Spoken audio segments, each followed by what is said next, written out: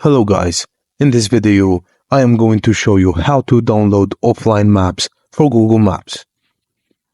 To download an area from Google Maps for offline use on Android device, follow these steps. 1. Ensure your device is connected. Before starting, make sure your Android phone or tablet is connected to the internet and that you are signed into your Google Maps account. 2. Locate the Google Maps app on your device and open it. 3. Use the search bar to find the specific area you wish to download. This could be a city like San Francisco or a specific place such as a restaurant or park. After searching, you'll see the name of address on the place appear at the bottom of the screen. Tap on this to bring up more information about the place.